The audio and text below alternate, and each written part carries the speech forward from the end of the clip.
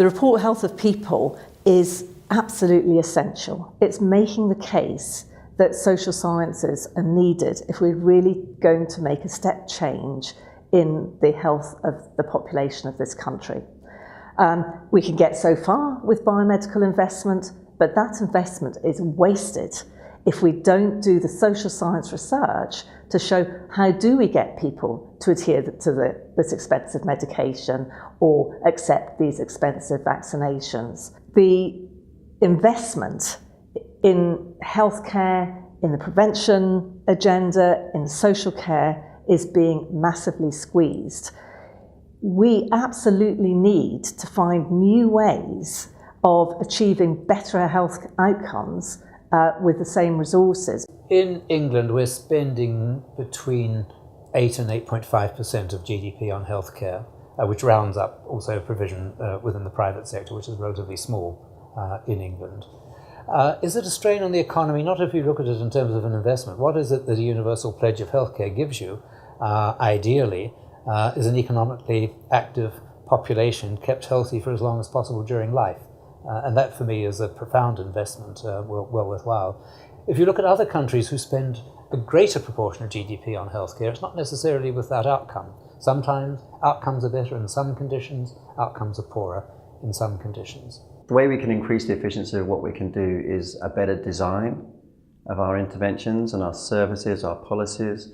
So that's where I think the behavioural sciences and understanding of human behaviour can really help improve, bring in the evidence, but also where there's a lack of evidence, apply theory, but really understanding the influences on human behaviour and understanding how human behaviour is driven, I think is just crucial, because a number of our wicked problems are around individual level behaviour, but also we have issues around challenges around professional behaviour.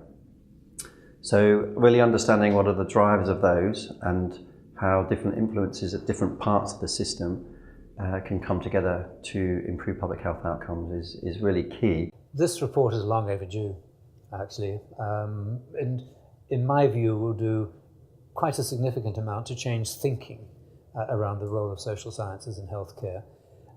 It's interesting, I think, to reflect that so much of the drivers to change healthcare have come from technology and from life sciences and medical sciences. Too little has come from the social sciences, yet much of what we're trying to challenge is behaviours, and by which I don't just mean the behaviours of the population as a whole or of patients or particular groups, but also of the professionals who combine together to provide healthcare. It's very important to influence the behaviour of the practitioners, and I would say there's an opportunity for nursing professionals in particular.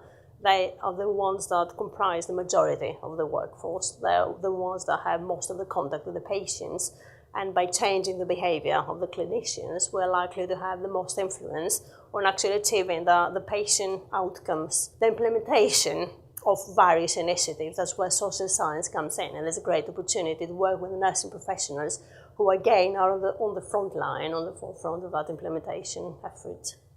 This is the first time that, in a sense, the social science community has taken stock of the research that's available. What are the priorities that are required? What's the best way of getting that research over to the world of policy making? Social science research can actually make a contribution, not just in improving health outcome, but in terms of effectiveness and better treatment and better prevention. At the moment, there's a massive mismatch between the timescales that academics have to operate on in relation to getting funding for research, carrying that through, and then seeing whether it can be implemented, and the needs of policymakers and practitioners who need answers much more quickly. And part of the reason for that is that we have imported a biomedical model of science fundamentally centred on, for example, a randomised controlled trial, which is fine and has a lot of strengths, but doesn't have the agility or even the ability to be generalised to population settings to meet the needs of the policymakers. This is also about making sure that there is better exchange between social science researchers in this field and the world of practice. The people who need to take these recommendations up vary from the Prime Minister and the key ministers in government, those in local government, both the elected officers and those who lead healthcare in local government, as of course in the NHS. And at every level, the health of people is going to depend on what happens to our environment, what happens to our transport systems, what happens to our education from cradle to grave. And all of those working in those sectors who can have an influence, and indeed the general public. So there's no part of the society who I think shouldn't be, and I hope will be, touched by the recommendations of this report.